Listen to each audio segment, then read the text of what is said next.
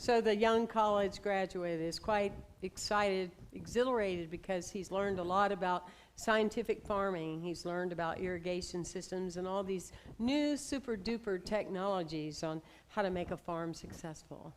And so he can't wait to find an elder farmer out there in West Texas, I'm sure, where there's lots of land and lots of opportunity outside of Brenham for sure.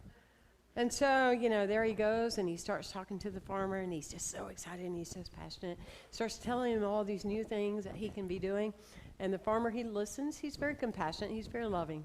But after the grad finishes his spiel, he says, you know, I really appreciate it. But son, I'm still learning to do what I already know, and I'm learning to do it better.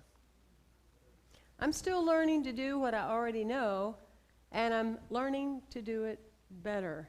We're coming upon a season now of looking at what it's like to move from our past, to allow parts of ourselves to die so that the greater whole of us may live, so the new discoveries of our potential in life can come forward. I've been away this week. We had the rally similar to 11/11 that we had here. We had one in Houston. And at this rally, Dr. David Alexander, you remember him, yes? Well, he talked about how when we wake up, it's such an exciting time for all of us when we feel like we wake up, and we wake up many times in our lives.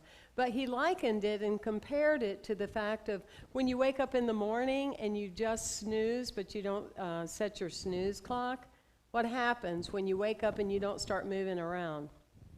Like a couple of people are doing in here, you go to sleep. You know, I just see it, you know. And you start going to sleep, you know, because you're awake, but yet you didn't go into moving. And so you didn't stir your energy around, and you go back to sleep. And that happens sometimes. We see people come into our community, they're excited, they're exhilarated, they start going to classes, but they're not doing any kind of movement with what they're learning or what they're assimilating. They're not taking that movement to a place of passion, right? And so they go back to sleep. We're at a time within our society today, we're at a real movement, and you can feel it. It's kind of like those of you that are women know that when you're right on the edge of birthing a baby, how much tension there is. Would you agree with that? Just do the look on your face so the people that haven't had gone through that will understand what we're talking about. It's, you know, there's tension, and we're feeling that on on the level of our society today. We're at a new emergence of energy, and to me, we are coming out of a place where for many, many years, people have refused to accept responsibility for their lives, for their action, and for where they are on their own path. Would you agree with that? So we're coming into a place now where people are more part of the conscious majority of wanting to make claim in, I care, I'm awake, I'm moving, you know, and I really want to do something. I really want to move. I want to care for my street, my neighborhood, my community, and my world. And I'm very excited about that kind of energy. And what we learn in spirituality is that spirituality is not to be passive. It has its benefits to pray and be quiet and be in stillness so it can prepare us to be out in the world modeling and letting people know what we stand for. Not in a place of what we're against, but what we stand for. The Mother Teresa kind of energy, right? Not what we're against, but what we're for. Because when we're just out there babbling, you know, about all the things that we're against, first of all, most people aren't that interested. And second of all, it doesn't take them to the energy that we want to achieve, right? So when we talk about waking up and moving, when I think about really waking up, I always think about my pets. And I've told you this story before about that's one of my special times in the morning to watch all my pets wake up. And having 6, it's really cool. Because as soon as they wake up, they start stretching. Oh, and they stretch, and they move, and they just make sure everything's working. And, you know, they just stretch out, you know, and they go, I'll never get arthritis because I eat right and I'm not mad at anybody, you know. But they really stretch. And what they do when they're stretching is that they change the vibration in their bodies. They change the vibration. And you can see animals that fight, that get into a fight, what they do instead of pouting and calling their counselor is they stretch, and they change their vibration. They teach us a lot of things, but in the stretching, it raises the vibration of who we are. And that's my call to you today as we're entering into this Easter time, is are you willing now to stretch to a new place of unknown in your own life? Are you willing to raise your vibration? What is it that you want to really die out of your life? Could it be the critic? Could it be needing appreciation? Could it be hesitation? Could it be believing you don't have enough time to do the things that are important for you? Could it be part of the world epidemic today of making promises to yourself and not keeping them? Could it be that? What can die with you in this season of the holy days, of Palm Sunday and Easter, that the real birthing of you can occur? I love the story about the guy named Dave Johnson. And Dave Johnson, he worked at the Triple Crown Kentucky Derby, and he was the announcer. And what he did to offset his salary is he also worked in commercials, and he did voiceover. And so he got a call from his agent, and he said, you know, there's a casting director that's looking for someone that's like you, you know, that's an announcer at the Kentucky Derby. So he shows up for the audition, and the guy says, I'm looking for somebody just like that guy at the Kentucky Derby that just says, and they're off. And the guy said, Dave said, well, that's not a problem. I am the guy that does that. He said, well, I got to tell you, I didn't get the part. So apparently they found somebody that says what I say better than I do.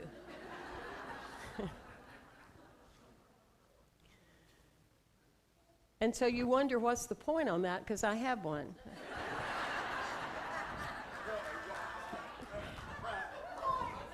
What's the point? I know you're looking. What's the point? The point is, if you look on John 14:12, you'll see what Jesus said. Greater things have I done, greater things shall ye also do for those who go to the Father. I've done great things, but you know what? You can do greater things. And that often, I like to bring that up, because that's the part of me that I'm working to do better than I've been doing before, right? Because often we're so captivated in how Jesus was the example and all those kind of things that we miss that verse that we're supposed to be able on our divination, on our spiritual path, to do greater things than he did. And so what would that look like in your own life, and how would you exemplify that, to live that and move in that? Can you get excited about that? Does that feel like a stretch point for you? A stretch point, you know, of giving people something to talk about regarding you, of the magic and miracles that you're creating all the time. How exciting is that? Wow, how cool would that be? I love this time of year. As I've said to you another time, I used to love calling my dad when he was alive when we would spring forward or fall back, because I'd always call him and I'd say, which is it? Spring forward, fall back? And he'd give me the answer. And then I'd say, are you sure? Till one day he just got enough of that, and he said to me, you know what? If you don't believe the answer I give you, then why do you call me? And I think that, you know, sometimes when we ask God, direct me, use me, allow me to be in service, allow me to stretch, allow me to go to another place, allow me to be more in my life, allow me to give more of service, or whatever that way is, as a leader in my own world and with my family, with my community, with my street. Allow me to do that. We often get the answer. We get the answer, but we move, but not enough, so we go back to sleep. Has that ever happened to any of you? You don't have to admit it out loud, just rub your nose. All right, just rub your nose. Thank you for that. Just a little rubbing of the nose, or you guys can kind of do like this. That feels too silly for you there. Yeah, because it's that that's what we're required to do. It's what we're required to do. And often that's when depression sits in, and that's when other things start taking over us because we're stagnant. We're straddling the fence, which can be very painful because we need to move to the next level of our connection. You know, often it's that people feel like they're not capable because they really don't think they have the answers enough to move forward. What you need to know is that you have to move first, and then the answers will come. Can you wrap your head with that? Yeah. Wrap your head. Okay. So another thing is that what gets in our way is we feel we don't have enough time. Oh, I'd really like to do more. I'd like to give more. I'd like to start a nonprofit. I'd like to join the conscious minority. I'd like to post more positive things on Facebook. I don't have time. I just don't have the time. I'd like to share with you something I read that really struck home. I'd like us to read it together. Don't say you don't have enough time. You have exactly the same number of hours per day that were given to Helen Keller, Pasteur, Michelangelo, Mother Teresa, Leonardo da Vinci, Thomas Jefferson, and Albert Einstein. Let's give Jackson Brown Jr. a hand. Time is like money. The people that love it have it. The people that resist it don't have it. You want to take a breath? You're like, what? What? Yeah, so time is like money. The people that love it and welcome it have more of it. The people that say they don't have enough, they don't have enough, right? With time, it's never a time issue. When people say, I would love to, but I don't have the time, what they're really saying is, I'm spending too much time on things I do not love. I would love to, right? I would love to, but I don't have the time. So what's really being revealed, what's wanting to die, is that false acceptance.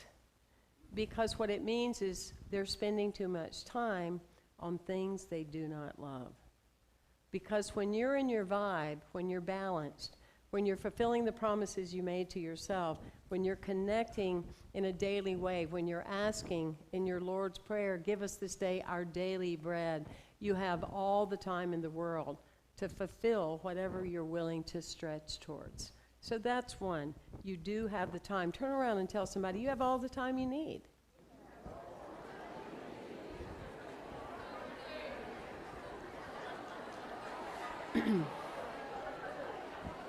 All the time you need.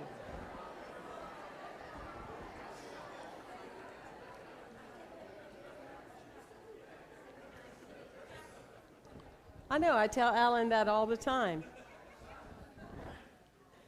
I think the other thing that we often think is we feel we're not strong enough. We don't have the strength to let go of the job, to let go of something isn't serving us. We don't have the strength to climb that mountain, to take it on. I wanted to give you an example of that, likened to, have you ever been in the kitchen, either your own or someone else's, and they're trying to open that jar? I mean, they get into it, right? They get these big lock wrenches. Oh, I'm just not strong enough. Oh my God, I'm not strong enough. And they start passing it around. Are you strong enough? Then they have these little plastic things they make now. Somebody made a lot of money off those things when they had a lot of time to think about it. And you use that, and that's supposed to help you get a grip, right? And you just still, I don't feel strong enough. But does anybody know the secret? If you do, don't say it out loud. Well, you do that. You see people turn it up, down, slap it. You see people throw it on the floor. You know, you see people do it like this. And they go, that ought to do it. The secret is you take a knife, not a sharp knife, a butter knife, and you just put it right there in that groove and you pop it. Pop, pop. What's it sound like? Pop. And it breaks the air in it. It allows the space to come in, and you can just do it like that. Isn't that impressive? Aren't you glad you came today so you can You know, you can go shopping for one of your friends today, take a jar and see them struggle, and then just pop it right out. So what am I saying? I'm saying that it's not a strength issue, it's a space issue. When you're facing something in your life, don't get caught up in needing the strength to get through it or to walk through it. Give it space. Give it space so you can stop in that space and even ask yourself, is it where you need it to be to move forward yet? Give it space to say, is it mine to do? Give it space to welcome a new insight, because maybe there's a better way, and because you're forcing and gripping and hanging on to it, that new way is not revealing itself to you and how you're supposed to show up and allow yourself to stretch into it. I'm looking forward to getting reports about how you open jars in your future. I think the thing that that people also don't understand is that it's not really up to your personality. Because if I did a lot of things based upon my personality, I think I would do very little. Meaning, it is the Spirit within me who doeth the works. There is a power that is greater than we are, and we can use it. Say that. There is a power that is greater than we are, and we can use it. I had lots of opportunities to learn that in military boot camp. It was not Private Benjamin experience. It's very, very difficult. But I affirmed that. I read my daily word every day. There's a power that's greater than me, and I can use it, which gave me the ability to set my personality over to the side. We get way too caught up as spiritual beings into our personality, how we're feeling, not wanting to be inconvenienced, too concerned, too afraid something might look like something of the past. Have any of you ever done that? And so what you want to allow is the Spirit within you to give you the power that you need. Many a Sunday through 25 years, I know Reverend Allen, my friend, that he's having the same thing, or Reverend Helen. It's that we've come in, we might be detoxing. That's a fancy way now of saying we had the flu or the cold. You know, we might have tragedy going on in our own lives. We might be sad or have some kind of thing on our hearts, but because we made a commitment to be here, this is where we are. But it always amazes me how I come anyway. I show up anyway, and that power within me comes through me, and then when I leave, it's gone. It's gone. And that's the beauty of allowing Spirit to speak through you, to give you the energy that you need, because it stretches you to another vibration inside yourself. So, where do we go from here? The journey has just begun. We wake up, we begin to move, and then we stretch. You know, in New York at the RCA building, there's Atlas. There's a statue of Atlas, and he has the world on his shoulders. Have you seen it? He's just over, you know, and he's carrying the weight of the world on his shoulders. And yet, if you look across the street, back in the alley, there's a statue of Jesus, calmly, with facial expressions, holding the world in his hand. The world is in your hand right now. And what are you going to stretch?